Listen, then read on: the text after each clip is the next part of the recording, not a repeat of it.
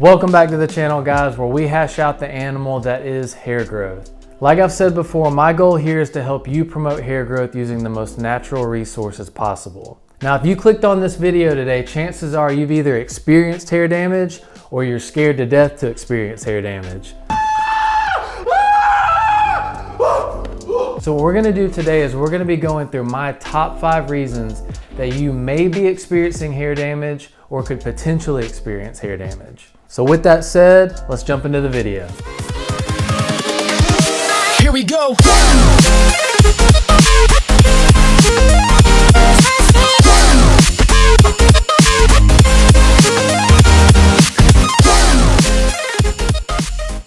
No matter where on that spectrum you fall of your hair type, whether it's the drier type or the more oily type, every one of these tips I'm about to give you are going to apply.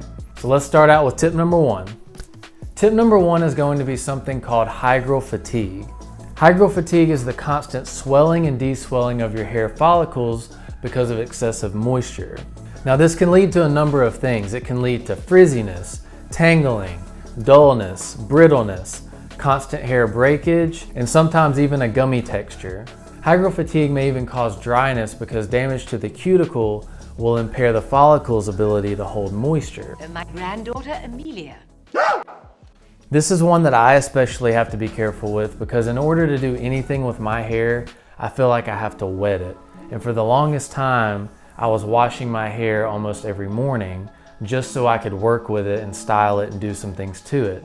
But over time, I started to realize and I started to experience some of these symptoms that we're talking about here. So then I began to research and then try some different things, and I actually realized that I was wetting my hair way too often. So the key takeaway here is to not constantly be wetting or washing your hair all the time in order to prevent these symptoms. Is that all you got? Okay, so tip number 2. Tip number 2 is going to be friction. And friction means a lot of different things. Things like brushing, drying, straightening, curling. These methods are gonna rub against the hair cuticles, causing them to flake and tear. Now remember, your hair cuticle is the outermost part of the hair follicle. That's the part that's gonna make your hair look frizzy or make it look tame. So when you're using abrasive things or things that cause too much friction, obviously this is gonna cause your hair cuticle to flare out, look more dry, which is gonna make a more frizzy look to your hair. Now in our last point, we talked about wet hair.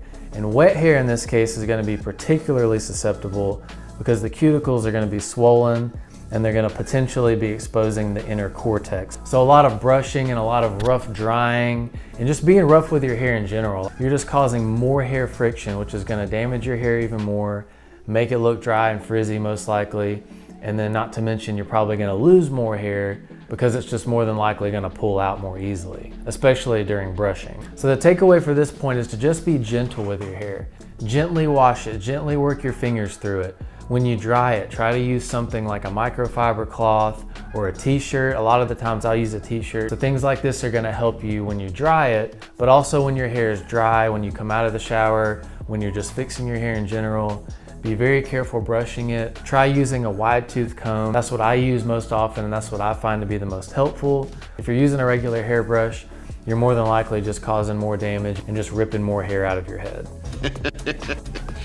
Like a wolf. He's all right. Also, a quick little tip for you. You can put a little coconut oil in your hair before you get in the shower or after the shower when you're drying your hair. Coconut oil is just gonna help prevent too much friction during the washing process or during the drying process. So you can utilize coconut oil in a lot of different ways to help with moisturizing and friction. Okay, tip number 3, heat. This is pretty obvious, right? Things like curlers, straighteners, blow dryers, and you might be saying to yourself, well, people use these things every day. Women use them every day, guys use them all the time. What's the big deal? What's this? I said take only what you need to survive.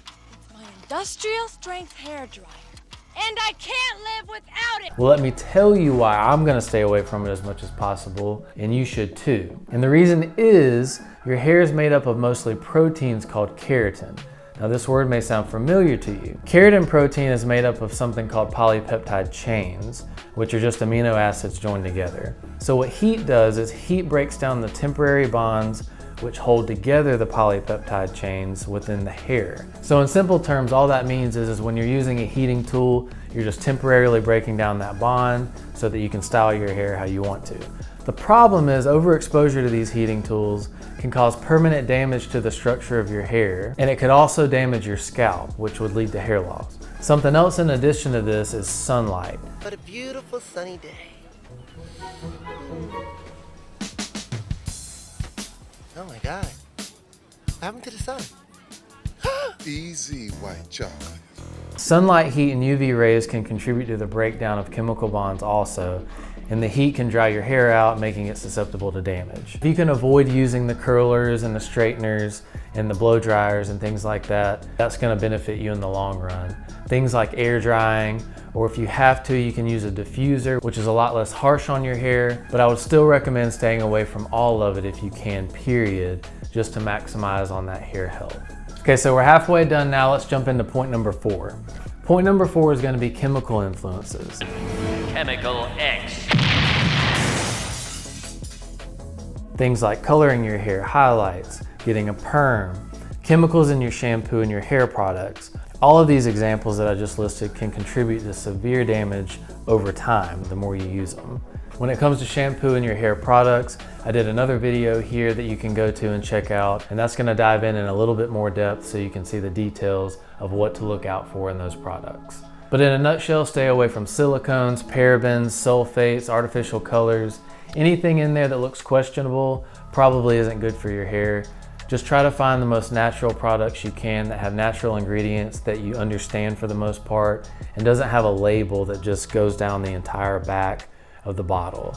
That's gonna be the simplest thing to look out for when you go to get your product. Tip number 5 is going to be by far the most important one that I want you to hear. If you could only retain one thing in this video, it would be point number 5, and that's health. Experts agree, and there's been so many studies to prove that unhealthy hair can be a direct sign of poor health and diet. In addition to this, drugs can have a huge influence too, but hopefully none of you are doing drugs.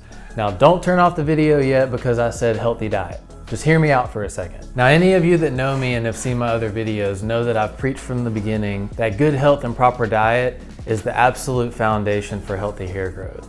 Healthy body, healthy scalp, healthy hair. That's how this thing works. So from the very beginning of your hair journey, when you decide you want to grow out your hair, it's in your best interest to also decide to make an impact on your body as a whole. Okay, so let me tell you why it's so important. Your hair needs the same well-rounded diet that provides all the vitamins, minerals, and other nutrients needed for just general health in the rest of your body.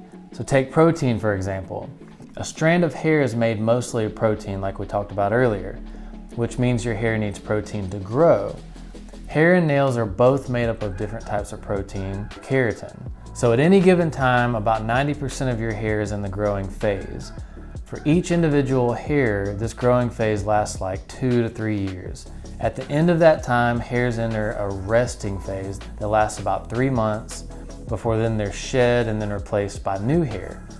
So to summarize that, if you don't eat enough protein in your diet specifically, then a disproportionate amount of hair might go into that resting phase. So a big benefit to you, not just for your hair, but for your body, is to always make sure that you're consuming the proper macros, or in other words, the proper levels of carbs, fats, proteins, and calories. I'm not gonna jump too much into the health side of it. If you're interested in calculating your macros, there's a lot of different calculators online for doing that that'll get you set up in a good general spot to start with. Don't think you have to do this obsessively every single day. It's something that once you do for about a week or two, you start to get a good idea of what your intake needs to be, and then you don't have to pay so much close attention to it. But you don't have to do that, just stay as healthy as possible and it'll go a long way for you. Other vital things would include your vitamins like D, B, and E, and your iron. Deficiency in any of these things could result in hair health issues or even hair loss. Now I know this may all sound like a lot, but the cure-all here is to understand that a good, balanced, healthy diet is gonna provide you with all the vitamins and nutrients you need for healthy hair, and not only healthy hair, but it's gonna be a healthier you, which is a win-win all the way around. Now the last thing I wanna touch on is something that I know we all worry about, and that's hair loss.